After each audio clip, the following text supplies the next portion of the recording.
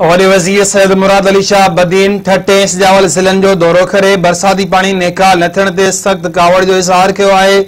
ठटे सिजावल में वॾे वज़ीर जे दौरे दौरान आबादगारनि सख़्त एहतियात कयो, जंहिं ते मुराद अली शाह सां थियल नुक़सान जे असारे लाइ पैकेज ॾियण जी ख़ातिरी कराए छॾी। वॾे वज़ीर सैयद मुराद अली शाह पारां बदीन ठटो सिजावल ऐं ॿिनि शहरनि जो दौरो कयो वियो। इलाइक़नि मां बरसाती पाणी नेकाल न थियण ते कावड़ जो इज़हार कयो वियो। ठटे ऐं सिजावल में आबादगारनि पारां वज़ीर आला ॾाढो एहतियात कयो वियो। वॾे वज़ीर नुक़सान जे असारे लाइ पैकेज ॾियारण जी ख़ातिरी कराए छॾी। वज़ीर आला मुराद अली शाह ठटे जे मेन सिम नाले सिजावल जे नांगड़ सिम नाले जो दौरो कयो। उन मौक़े ते पीपी कारकुननि ऐं मक़ामी माण्हुनि पारां आबादियुनि वारनि इलाइक़नि मां पाणी नेकाल न कराइण ख़िलाफ़ सख़्त एहतियात कयो वियो।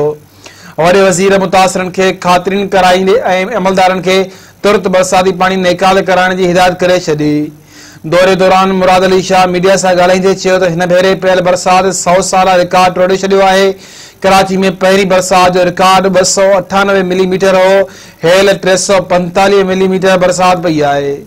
हुन वधीक चयो त सिंध जे ॿियनि इलाइक़नि में बि हलंदड़ साल बरसात 2011 खां वधीक पई आहे। तंहिं करे सिम नालनि ते बि तमामु घणो दबाव आहे, जेको अञा वधंदो।